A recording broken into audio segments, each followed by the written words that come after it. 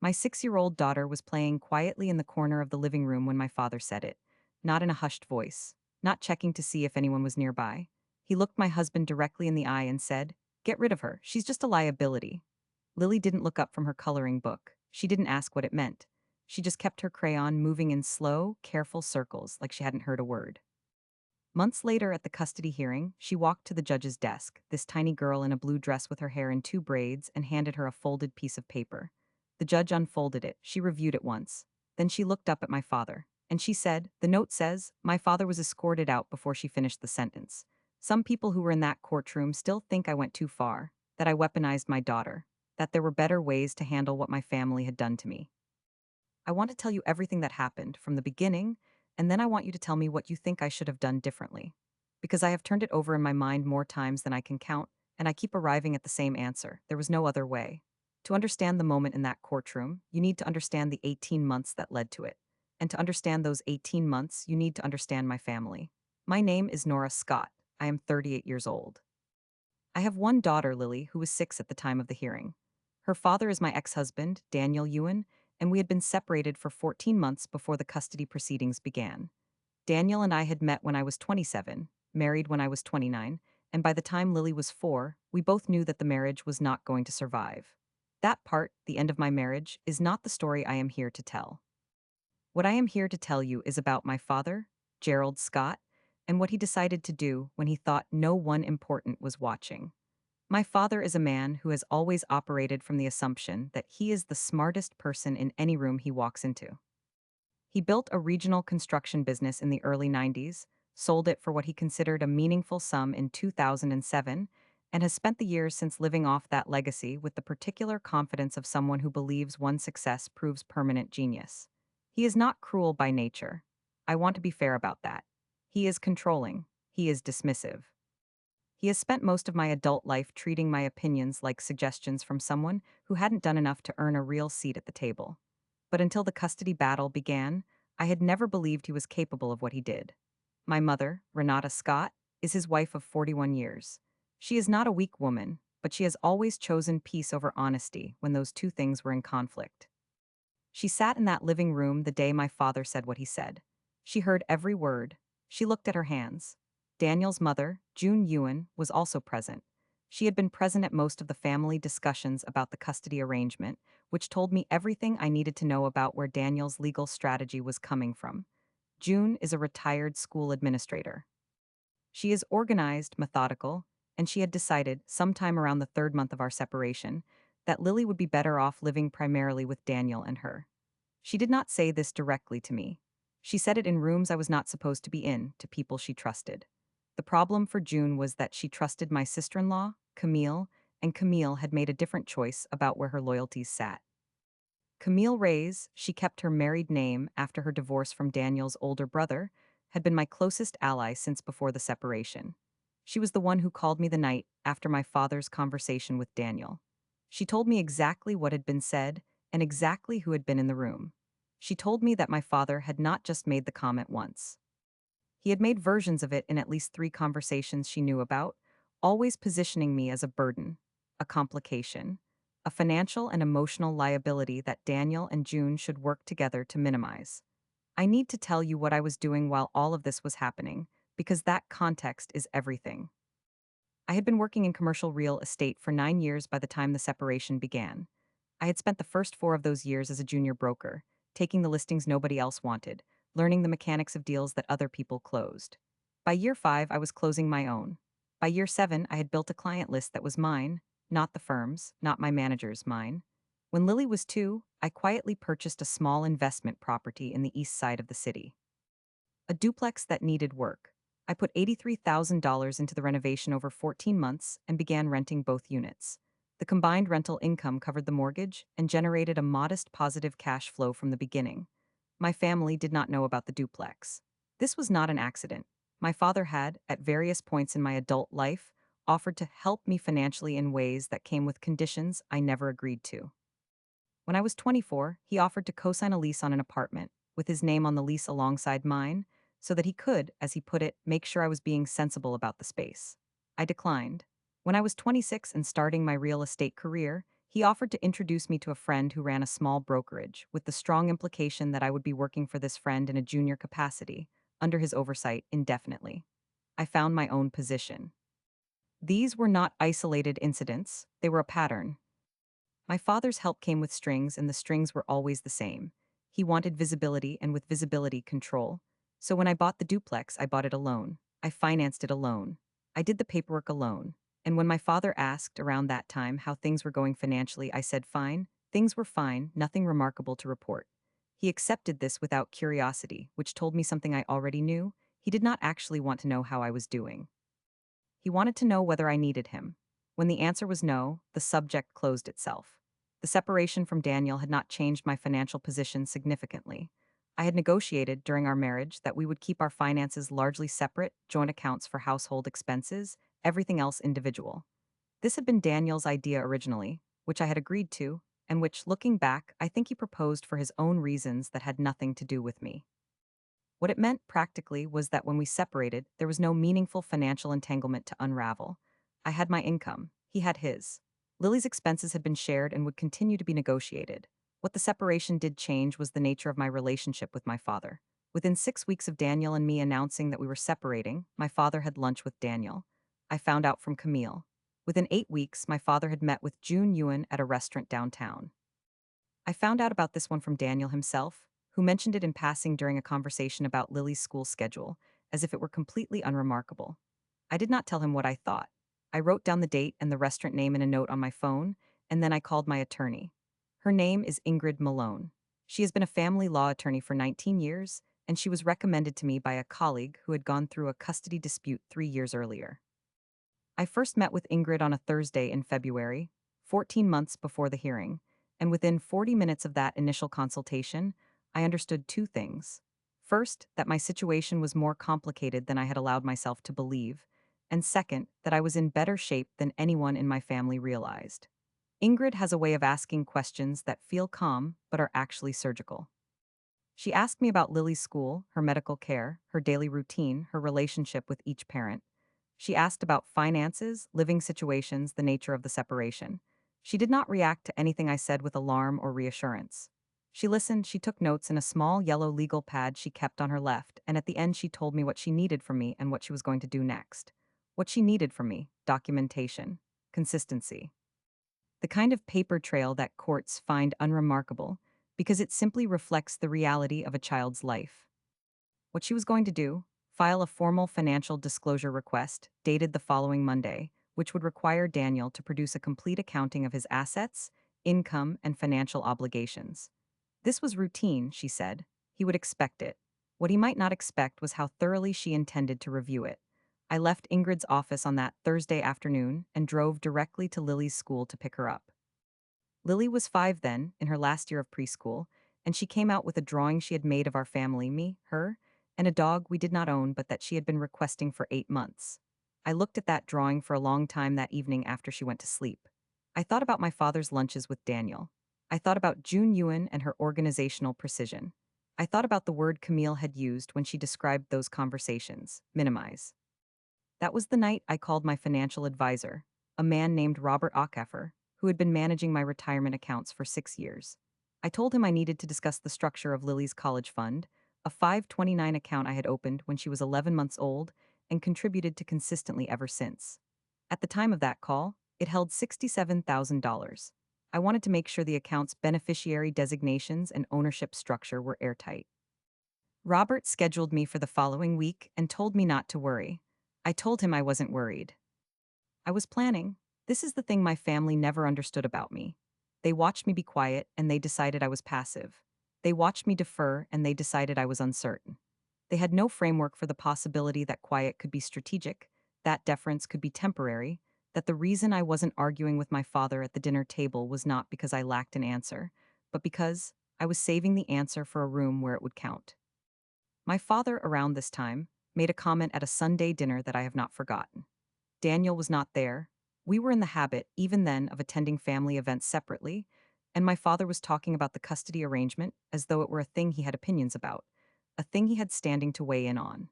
He said, and I am not editorializing, He said that Lily would benefit from more stability than I could realistically provide given my work schedule.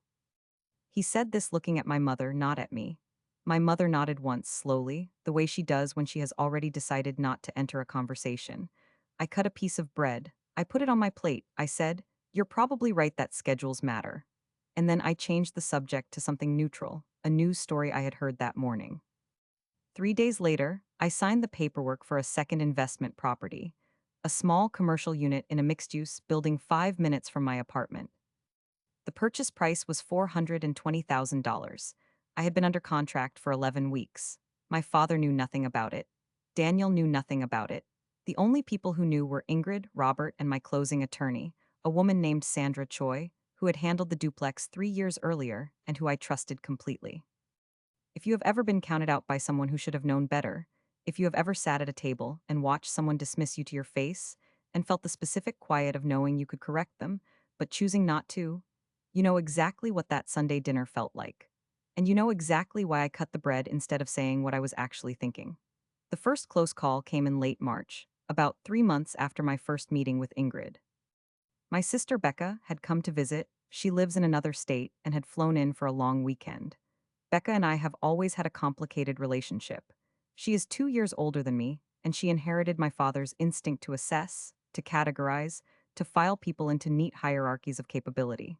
She loves me, I believe that, but her love has always come with a side of evaluation. She was staying at my apartment, and on the second evening of her visit, she noticed a folder on my kitchen table that I had left out by accident, a folder with Sandra Choi's letterhead on the front.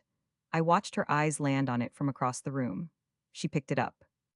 "What's this?" "Closing documents," I said. I kept my voice completely level. "I've been helping a client navigate a commercial purchase. I brought the paperwork home to review."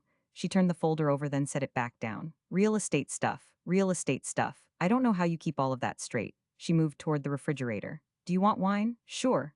She poured 2 glasses and we talked about her kids, her husband's job, a trip they were planning.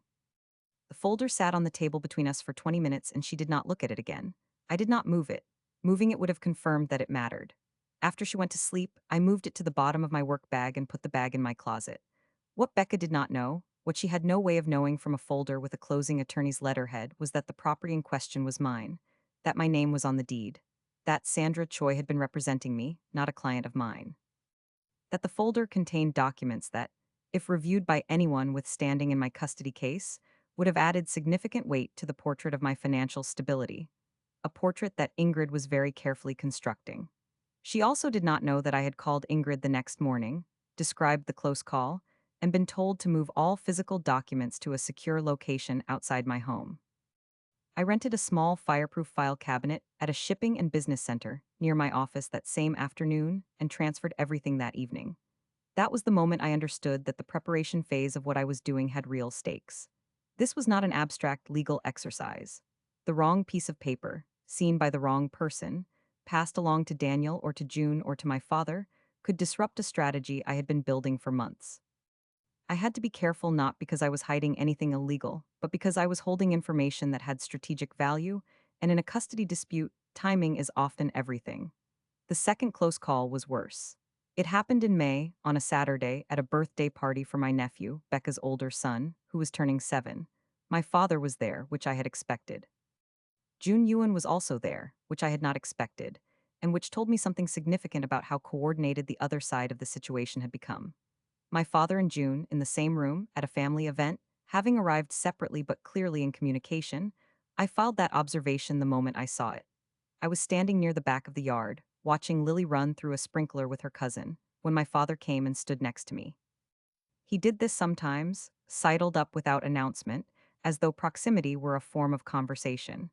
"Daniel mentioned you've been doing well with listings this year," he said. "Been a good year?" "How good?" He said it the way he always says things that are actually demands in the register of mild curiosity. "Good enough." I watched Lily slip on the wet grass and catch herself laughing. Because June was saying, he paused. This pause was deliberate. He wanted me to ask what June was saying. I didn't.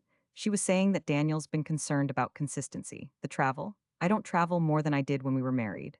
He tilted his head slightly. "There are a lot of changes happening for Lily right now. I just think stability, Dad." I turned to look at him directly. "I appreciate that you care about Lily. I do. but the custody arrangement is between Daniel and me and our attorneys. It's not a family discussion. He looked at me for a moment with an expression I had seen before, the particular look he gets when someone has said something technically correct that he finds personally inconvenient. His hand went to his shirt collar, a habit he has when he is recalibrating. I'm just saying.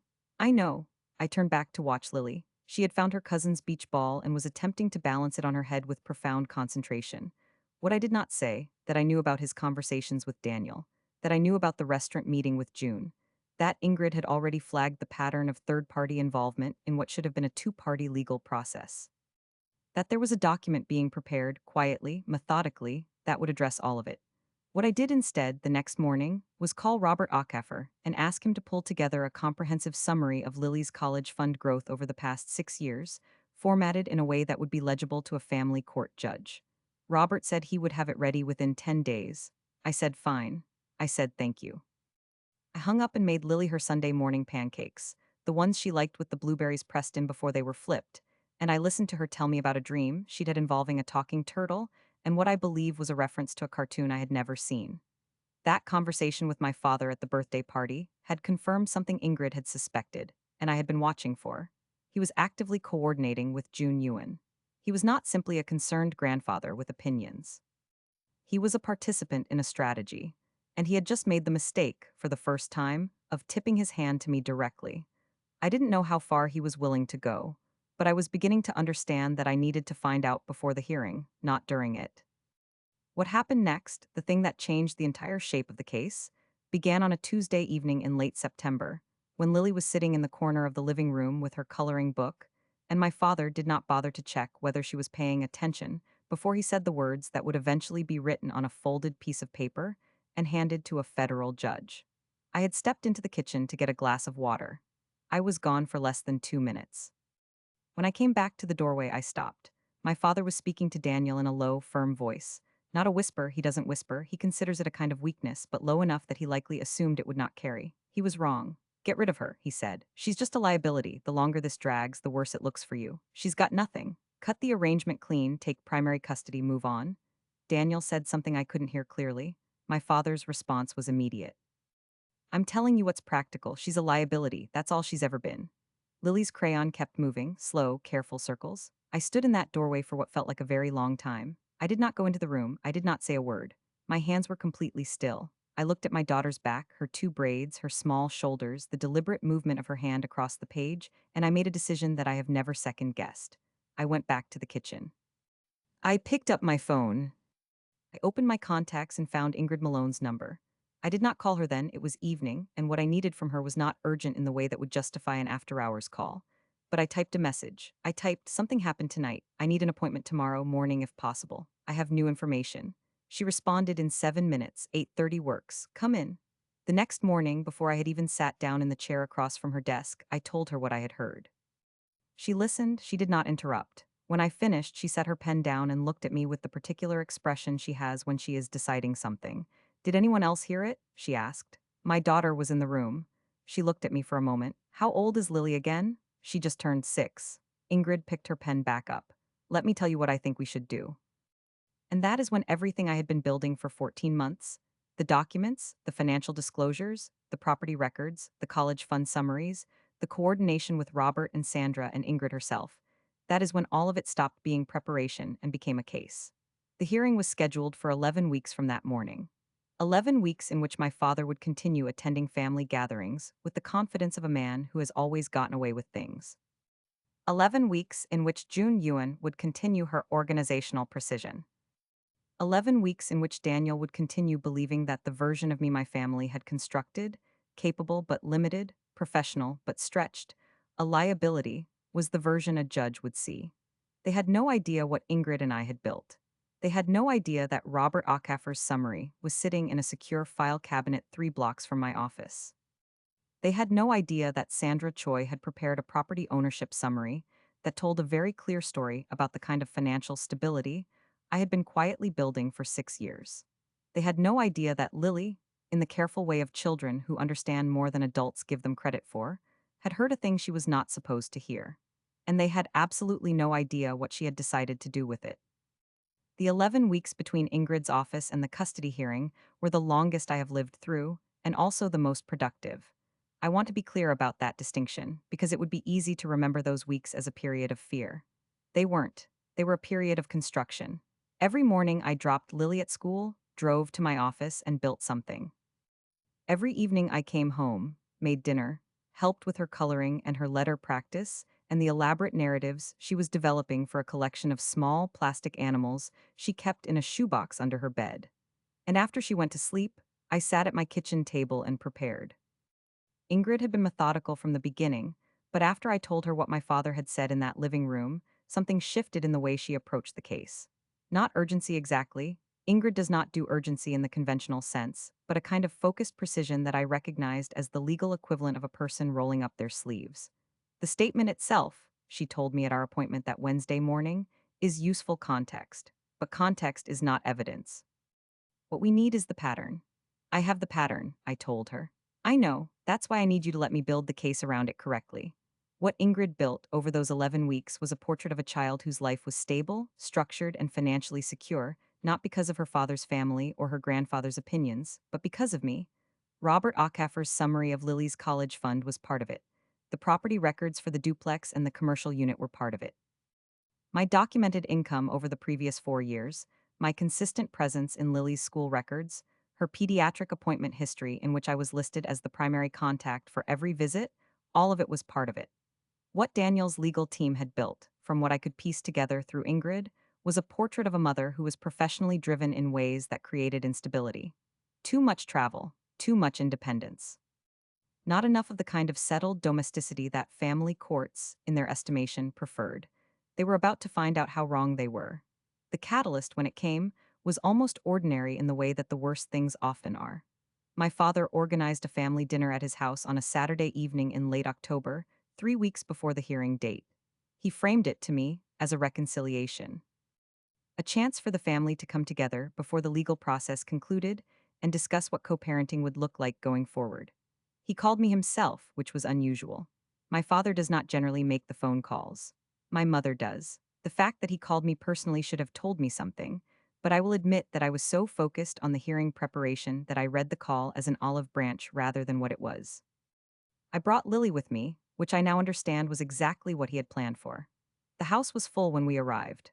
My mother had made the kind of dinner she reserves for occasions she wants to mark: roasted chicken, twice the number of side dishes anyone could reasonably eat, the good tablecloth from the cabinet in the dining room that only came out for events she considered significant. Becca was there with her husband, Tom, and their 2 boys. My father's brother, Uncle Hank, had driven in from 2 hours away, which was notable because Hank and my father had barely spoken in 3 years over a property dispute of their own. His presence told me that my father had needed a show of numbers. Daniel was there. I had not expected Daniel to be there. He was standing near the fireplace talking to Hank when Lily and I came through the front door, and he looked up with an expression I had not seen on his face in a long time, not guilt exactly, but the close cousin of it, something that knew it owed an acknowledgement it wasn't going to give. Lily saw him and ran. "Daddy?" She grabbed his leg. He picked her up and held her, and whatever I thought of Daniel's choices in those 14 months, I never doubted that he loved his daughter. That was not the question. The question was never about love. It was about who was going to make the decisions. My mother took my coat. She squeezed my hand when she did it, and she held on for just a moment longer than necessary. That squeeze was the most honest thing she had communicated to me in months. Dinner began the way it was designed to, warmly, with surface-level conversation that required nothing from anyone. The boys talked about soccer. Hank told a story about a fishing trip that may or may not have been true. My father poured wine and made the small comments of a man who believes he is in charge of the room's mood, which he generally is.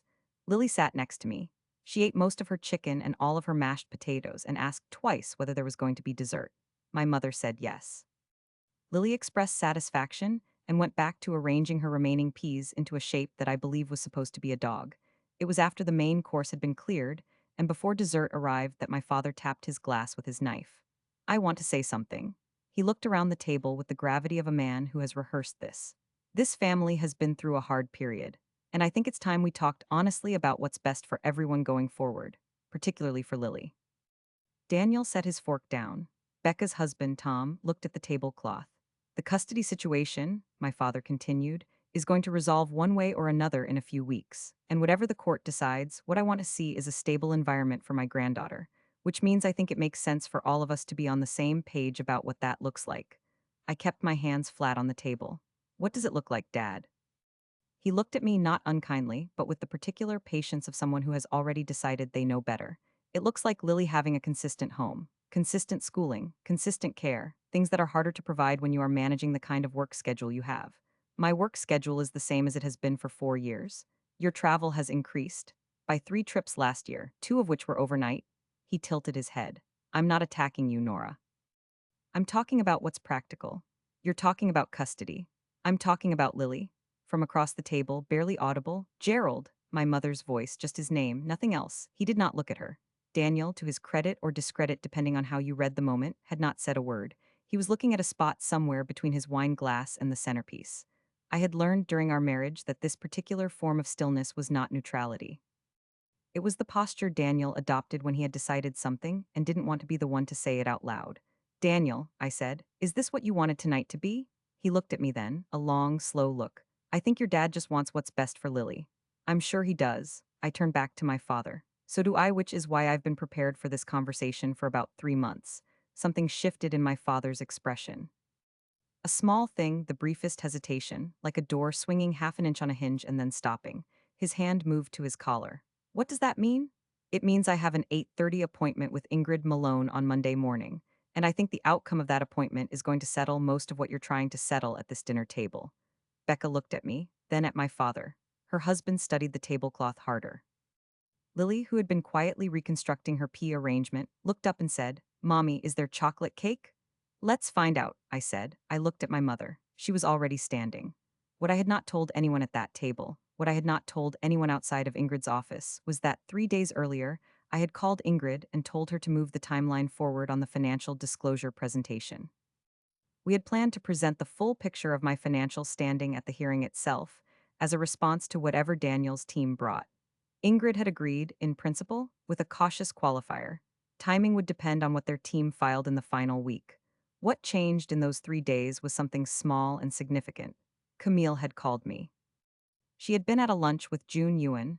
Apparently, June still considered Camille neutral enough to include in these things, which said something about June's situational awareness. And she had overheard, or rather been deliberately told, that Daniel's attorney intended to subpoena records from my brokerage. Not my personal financial records, my brokerage's records. Specifically, my travel log and client communication archive, which they intended to use to argue that my work was incompatible with primary custody. This was, legally, a significant overreach. It was also, practically, a signal that they had decided to go hard in the final stretch. I called Ingrid from my car in the parking garage beneath my office building. It was 2:47 in the afternoon. File everything, I told her. The property records, the college fund summary, Robert's full portfolio documentation. I want it in front of the judge before they file anything. A pause on her end. You're sure about the timing? They're going to subpoena my brokerage records. Another pause, longer. When did you find out? An hour ago. All right. I heard her turn a page. I'll have the filing ready by Thursday. Thank you. I sat in that parking garage for 4 minutes after the call ended. I thought about my father's collar touching. I thought about Lily's peas arranged in the shape of a dog she didn't have. I thought about Camille, who had made her choice quietly and without drama, the way that people who are genuinely loyal tend to do. And then I got out of the car and went back upstairs to finish the workday, because I had a client meeting at 3:30 and I was not going to be late. By the time I walked into my father's house 3 days later for that Saturday dinner, Ingrid's filing was already in the system. The judge had it. Daniel's attorney had received their copy. And everything my family thought they were going to accomplish at that dinner table, every soft landing they had arranged, every assumption about my position, was already structurally obsolete. They just didn't know it yet. The hearing was set for a Tuesday, 22 days from that Saturday. The morning of, I dressed in the gray suit I had bought 18 months earlier for a commercial closing that had gone very well. I drove Lily to her school first, kissed her at the door, watched her run to her cubby without looking back the way she always did. Then I drove to the courthouse, found Ingrid in the lobby, and we went in together. My father was already in the waiting area when we arrived. He was sitting next to June Ewan. Daniel was a few feet away with his attorney, a man named Franklin Osai, who I had encountered once before at a mediation session and found to be competent but not creative. My father looked up when I came through the door. He gave me a look I can only describe as measured confidence, the look of someone who has done his own preparation and believes it is sufficient. I sat down across the room and opened a folder Ingrid had given me that morning, not because I needed to review it, but because I did not want to spend 20 minutes trading glances with my father across a waiting room. The hearing began at 10:15. It was not public, family court proceedings at this level rarely are, and the room was small. A conference table, chairs on both sides, the judge at the head. Her name was the Honorable Miriam Oduya, and she had been on the family bench for 11 years. Ingrid had appeared before her twice before and described her as precise, attentive, and not particularly patient with strategies that were designed to perform rather than illuminate. What was unusual about this hearing, what I had not fully anticipated, was that my father was there. He had no legal standing in the proceeding. He was there, as he had requested through Daniel's attorney, as a character witness. Judge Oduya had allowed his presence at the beginning of the session, under the understanding that he might be called to give a brief statement.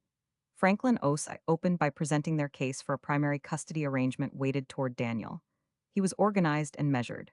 He cited my travel record, 3 overnight trips, not materially significant, but framed with language about consistency and disruption.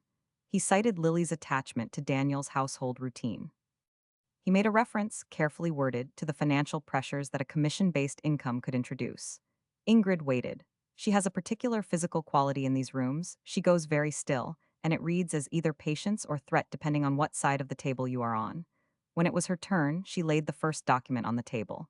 It was the property deed for the duplex, registered in my name, purchased 4 years earlier. Ms. Scott has been building a stable financial foundation for her daughter since before this separation began, she said to Judge Oduya. The income from this property alone covers the full cost of Lily's current tuition and health care premium, with a remainder that goes directly into her education fund. Franklin Osai looked at the document, then at Daniel. Daniel's face did something complicated. A very slow recalibration, like a calculator resetting after an unexpected input. My father, sitting slightly behind and to the side of Daniel, he had been allowed in the room as a potential witness, looked at the document and then at me. His hand went to his collar. The claim that Miss Scott's income is commission variable and therefore unstable, Ingrid continued, is addressed directly by the second document. She placed the portfolio summary from Robert Acaffer on the table. Ms. Scott has maintained a diversified investment portfolio managed by a certified financial advisor for 6 years. The current value of her retirement accounts is $247,000. Her daughter's 529 education account currently holds $71,000. Judge Oduya reviewed the documents without speaking. She turned each page at the same measured pace. Franklin Osai cleared his throat. We were not made aware. You were served with the financial disclosure filing on Thursday, Ingrid said pleasantly. Copies were transmitted to your office at 9:14 in the morning. He glanced at his briefcase. A brief, controlled scramble. He found the papers. We received these, yes, but we hadn't had time. You had 72 hours. Ingrid's voice had not changed in register or warmth. Which is why I filed Thursday rather than Monday. My father shifted in his chair. It was a small movement, but I caught it because I had been watching him the way you watch something you have been tracking for a long time and have finally gotten in a fixed position. Daniel's attorney made a redirect. He spoke about Lily's bond with her father's household, about the stability of that domestic environment, about June Ewan's availability as a consistent caregiver. He was good at this. He made it sound warm, considered, genuinely about the child. Judge Oduya listened with the same precise attention she had given Ingrid. Then she looked at both tables. I have a question about the documented communication between Mr. Scott. She glanced at a page in front of her, the maternal grandfather, and Mr. Ewan over the past several months. The financial disclosure includes correspondence. She looked at Ingrid. Can you characterize the nature of these communications? I can. Ingrid was already prepared. Over a 14-month period, Gerald Scott participated in at least 6 documented conversations with Daniel Ewan and June Ewan, 2 of which occurred at private restaurants, and none of which included the maternal party. The communications reflect a coordinated effort to frame the maternal party as financially unstable and professionally overextended, characterizations that the financial documents we've provided directly contradict. My father leaned forward. Your Honor, I would like to. Judge Oduya held up one hand without looking at him. You'll have your opportunity, Mr. Scott. His mouth closed. His hand dropped from his collar to the table. Then came the thing I had not planned. The thing that no amount of Ingrid's precision or Robert's documentation or my own careful preparation had accounted for. The door opened. One of the court clerks came in quietly, leaned toward the judge, and handed her something. A small folded piece of paper. The clerk said something I could not hear and then left. Judge Oduya looked at the paper for a moment, then she looked at me.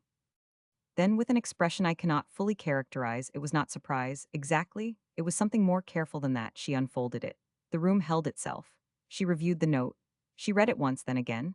Her expression did not break, but her eyes moved, and when they settled on my father with a quality that I can only describe as the look of someone who has just confirmed something they had already suspected. Mr. Scott, she said. Her voice was completely even. The note says that before the proceedings began this morning, you were observed in this building's hallway speaking to a child. A specific child, Lily Ewan Scott, who is currently at school and therefore was not in this building. She paused. The note was written by that child. It was delivered by a bailiff who found it in the hallway outside this room 20 minutes ago. My father's face did something I had no frame for. It was not the collar touching. It was not a controlled recalibration.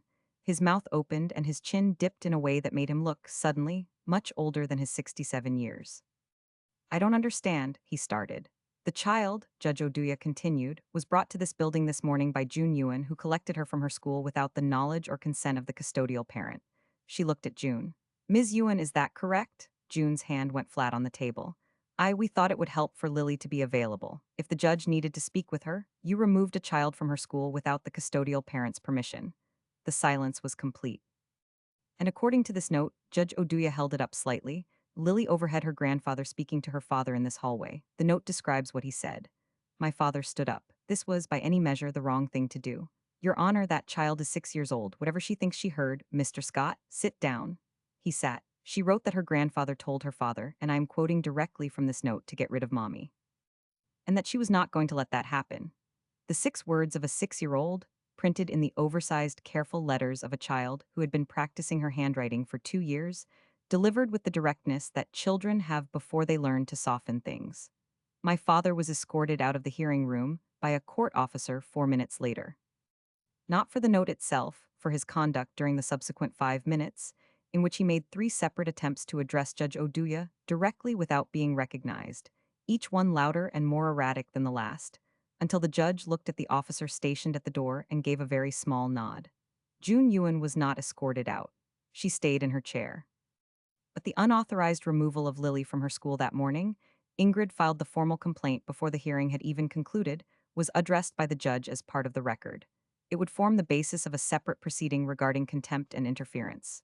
Daniel, through all of it, sat very still. He looked at his hands. He looked at the table. He looked at his attorney, who looked back with the expression of a man recalibrating in real time.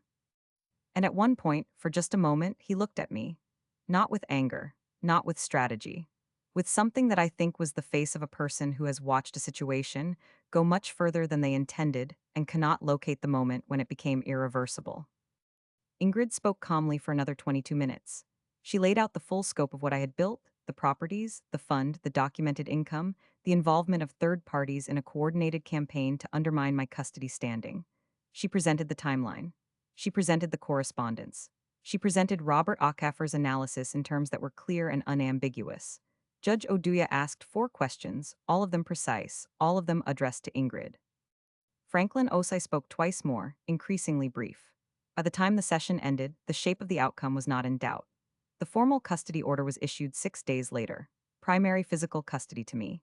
Daniel would have Lily on alternating weekends, 1 evening per week, and a 2-week block in the summer, a schedule I had proposed through Ingrid 7 months earlier, and that had been rejected by Franklin Osai's team as insufficient. The order included a specific provision prohibiting any third party from removing Lily from school or any other scheduled location without documented consent from both custodial parents. My father was not mentioned in the custody order. He had no legal standing to be. But the transcript of the hearing, including Judge Oduya's statements about the note and the coordinated efforts to misrepresent my financial position, was part of the record. The contempt proceeding against June Ewan was filed by Ingrid's office the following week. June agreed to a formal resolution that included a written acknowledgement of the unauthorized removal and a prohibition on any similar conduct. Her attorney negotiated the language down to something that read carefully, but the acknowledgement was real and the prohibition was enforceable. What happened to my father afterward was not something I orchestrated. I want to be clear about that. I did not call anyone. I did not speak to anyone in his professional or social circle. I did not have to. The transcript from the hearing was not sealed, because the matter before Judge Oduya was not the kind of proceeding that carries automatic confidentiality. Two people who were present, I do not know who, I genuinely do not, mentioned the proceeding to others. Within 6 weeks of the hearing, three families my father knew socially were aware that a family court judge had formally noted his conduct on the record. His real estate investment group, a small private club of 7 men who had been meeting monthly for 11 years, asked him to take a leave of absence. I heard this from my mother, who told me in the particular flat tone she uses when she is reporting facts she cannot change and has decided she will not defend. My father and I have not spoken since the hearing.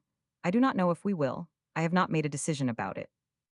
I have been too busy living the life I built to spend energy deciding what to do with the ruins of the one he tried to arrange for me. Daniel and I settled into the custody schedule with less friction than I had anticipated. He is, when the third parties and the strategy are removed, a decent father. Lily sees him every other weekend. She comes home with stories about what they watched and what they ate, and once, memorably, a fish he apparently bought and named before fully thinking through who was going to care for it. The fish lives at Daniel's apartment. Lily has named it Gerald, which I am choosing to believe is a coincidence. The duplex is fully leased. The commercial unit picked up a long-term tenant in January. Robert Acaffer called me in February to tell me that Lily's college fund had crossed $80,000 and that if I maintained the current contribution rate, she would enter college with enough to cover 4 years at a state university or 2.5 at a private one, without loans. Lily is in first grade now. She is learning to read in the accelerated group, which she takes great pride in and mentions frequently.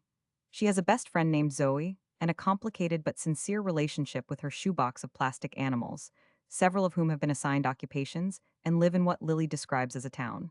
Last month she asked me, out of nowhere, what a judge does. I told her a judge listens to both sides and decides what is fair. She thought about this for a moment and then said, "So kind of like a referee." I said yes, kind of like a referee. She nodded, satisfied, and went back to her animals. I do not know what she understood on that day in the living room with her coloring book and her careful circles, and I have not asked her to explain it. What I know is that she heard something, and she decided what to do with it, and she did it in the clearest, most direct way available to her. She wrote it down. She gave it to the person in charge. She trusted that the person in charge would know what to do. I think about that more than I expected to. So, did I go too far, or not far enough? I'll let you decide.